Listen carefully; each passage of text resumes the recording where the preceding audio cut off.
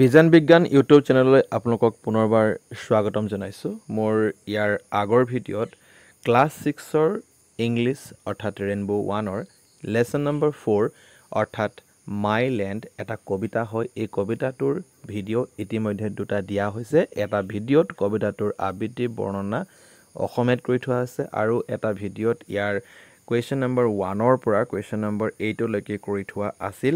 আৰু আপোনালোকে যদি সেই ভিডিঅ'বোৰ চোৱা নাই, ডেছক্ৰিপশ্যনত যাব, প্লেলিষ্টৰ লিংক পাব, সকলোবোৰ ভিডিঅ' আপোনালোকে চাব পাৰিব। এতিয়া আজি এই ভিডিঅ'টোৰ জৰিয়তে মই কুৱেশ্যন নম্বৰ 8ৰ পৰা যিখিনি কুৱেশ্যন আছে সেই কুৱেশ্যনখিনি কৰিবলৈ চেষ্টা কৰিম। ভিডিঅ'টো সম্পূৰ্ণভাৱে চাব বুলি আশা থাকিল। চ' কুৱেশ্যন নম্বৰ 8ত লিখা আছে যে we can show' love and respect for our country in our daily life by doing some small acts like ones mentioned below. তো কিছুমান আমি কাম কৰিও আমি আমাৰ দেশখনক যে ভাল পাওঁ সেই কথাটো আমি প্ৰকাশ কৰিব পাৰোঁ। তো ইয়াত এটা দিয়া আছে helping to keep the park, roads, schools and office et cetera clean.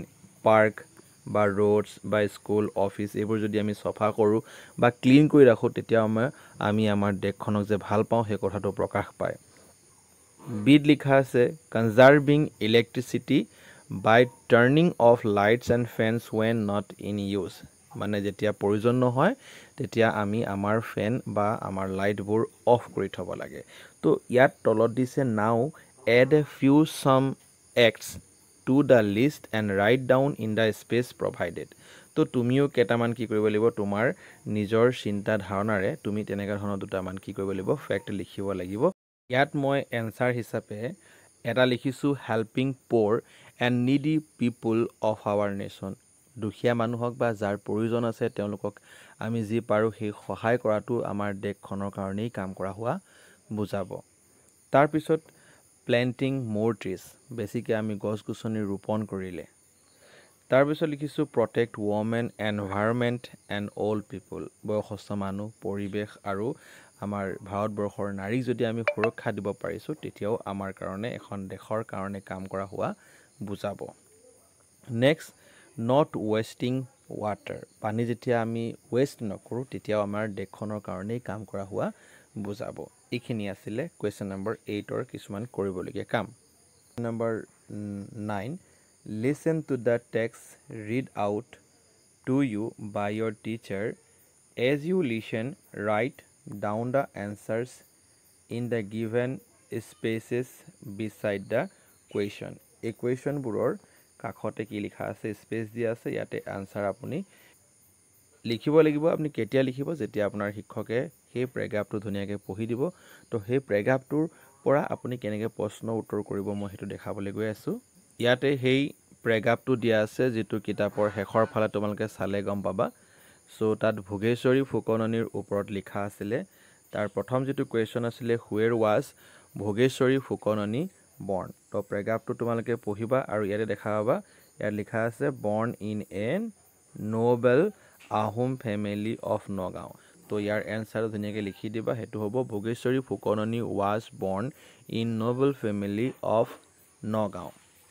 তাৰপিছৰ কুৱেশ্যনটো আছে when did the Quit India movement started. তো ইয়াতে তুমি ধুনীয়াকৈ চাব পাৰিবা দ্য মুভমেণ্ট ষ্টাৰ্টেড ইন 1942। তো ইয়াৰ এনচাৰটো কি লিখিবা, the quit Indian movement started in 1942। তাৰপিছৰ কুৱেশ্যনটো লিখা আছে when did Bhogeswari Phukanani die. Bhogeswari ফুকননিৰ মৃত্যু কেতিয়া হৈছিলে, ইয়াত ধুনীয়াকৈ লিখা আছে ডেট অন ছেপ্টেম্বৰ 20, 1942।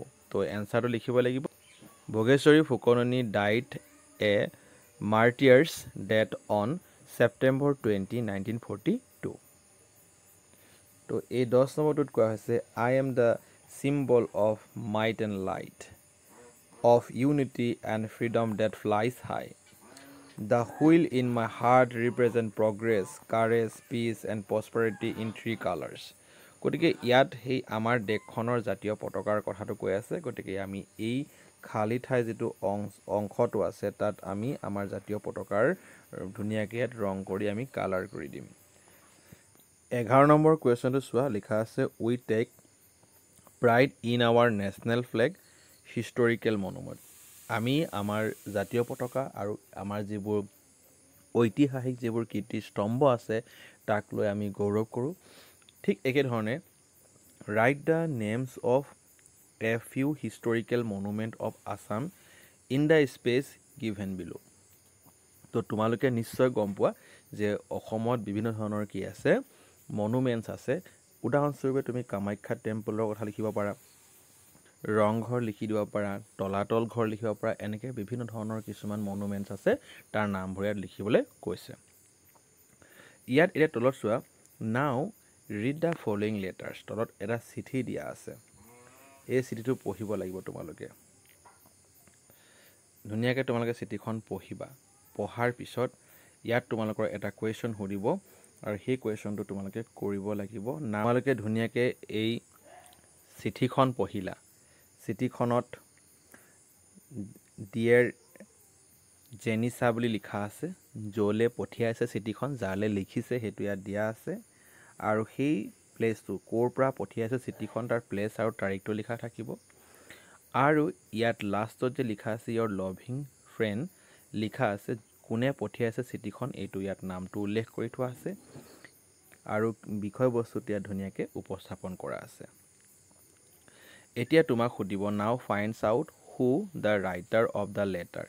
এই লেটাৰটো কোনে লিখিছে বুলি তোমাক কৈছে। গতিকে নিশ্চয় ইয়াত এনচাৰটো তোমালোকে গম পালা। মই তাৰ এনচাৰটো ইয়াত লিখি দিছোঁ, পি হু ইজ দ্য ৰাইটাৰ। তাৰপিছত লগতে সুধিছে, what the matter of pride is that the writer is talking about. তো এই চিঠিখন লিখোঁতে আমি কোনটো বস্তু গৌৰৱ কৰি চিঠিখন লিখা হৈছিল সেই কথাটো তোমাক ইয়াত লিখিব কৈছে।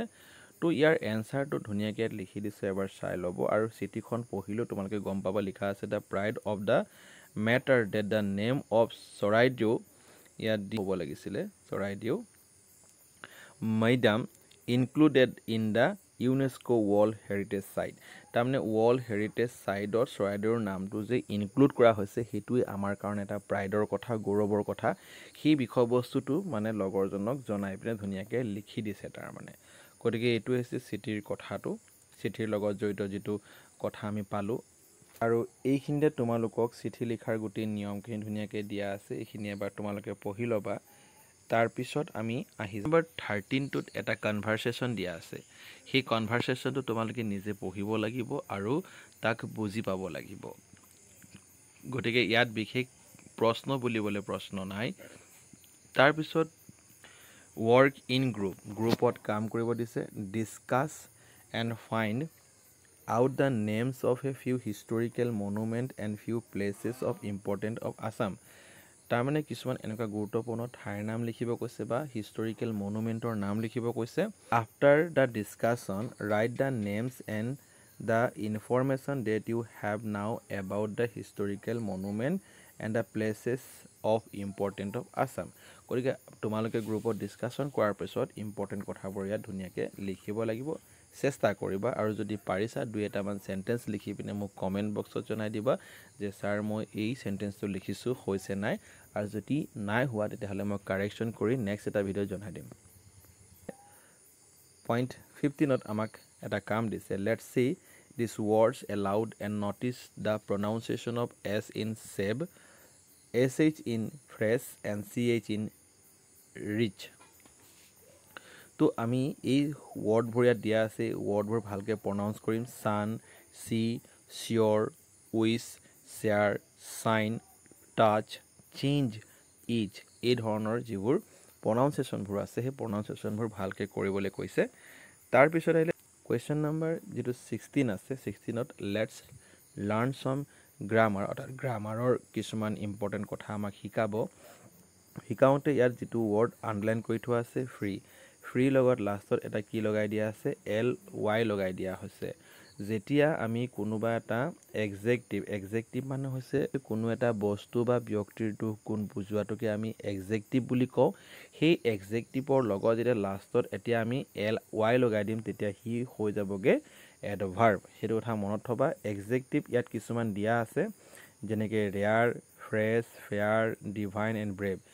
এই এক্সেক্টিভখিনি কি কৰিবলৈ কৈছে, তাহাঁতক এডভাৰ্বলৈ চেঞ্জ কৰিবলৈ কৈছে। গতিকে মই এটা শ্লাইডত লৈ যাম, তাত চাবা তোমালোকে এনচাৰবোৰ কেনেকৈ কৰা হৈছে। তো তোমালোকে ধুনীয়াকৈ দেখা পাইছা আৰু ইয়াত আমি এতিয়া কি কৰিম এই শব্দবোৰক এডজেক্টিভৰ পৰা এডভাৰ্বলৈ লৈ যাম তো প্ৰথমটো হ'ব ৰেয়াৰলি তাৰ পিছৰটো হ'ব তোমাৰ ফ্ৰেছলি তাৰ পিছৰটো হ'ব ফেয়াৰলি তাৰ পিছৰটো হ'ব ডিয়াৰলি তাৰ পিছৰটো ডিভাইনলি তাৰ পিছৰটো ব্ৰেভলি চবতে LY লগাই দিয়া হৈছে তাৰ পিছতে আকৌ তলতে এটা কুৱেশ্যন সুধিছে সেই কুৱেশ্যনটো হৈছে choose one adjective and the adverb from by adding LY to it and make sentence using the adjective and adverb তো এনেকুৱা ধৰণৰ তোমাৰ এটা নিজে এটা এডভাৰ্ব এডজেক্টিভ ল'বলৈ কৈছে এডজেক্টিভটোক আমি আকৌ এডভাৰ্বলৈ চেঞ্জ কৰি দিম চেঞ্জ কৰাৰ পিছত এটা চেণ্টেন্স লিখিব কৈছে তো মই ইয়াত চেণ্টেন্স এটা লিখি দিছোঁ চবা লিখা আছে হি ৰেন কুইকলি টু দ্য ষ্ট'ৰ তো ইয়াত কুইকলি অৰ্থাৎ মই ৱৰ্ডটো লৈছিলোঁ কুইক আৰু কুইকটোক কুইকলি কৰি পিনে অৰ্থাৎ এডভাৰ্ব হিচাপে মই এটা চেণ্টেন্স লিখি দিছোঁ তাৰপিছত নেক্সট এটা চেণ্টেন্স আছে we can have a quick coffee তো ইয়াৰ যিটো এডজেক্টিভ আছিলে সেই এডজেক্টিভটো হৈছে কুইক গতিকে এই ধৰণে কিছুমান চেণ্টেন্স আমি লিখিব পাৰোঁ গতিকে আজিলৈ ইমানে আছিলে যদি ভিডিঅ'টো ভাল পাইছে প্লিজ লাইক শ্বেয়াৰ কমেণ্ট কৰি দিয়ক ভিডিঅ'টো সম্পূৰ্ণ চাই অশেষ ধন্যবাদ থেংক ইউ ফৰ ৱাচিং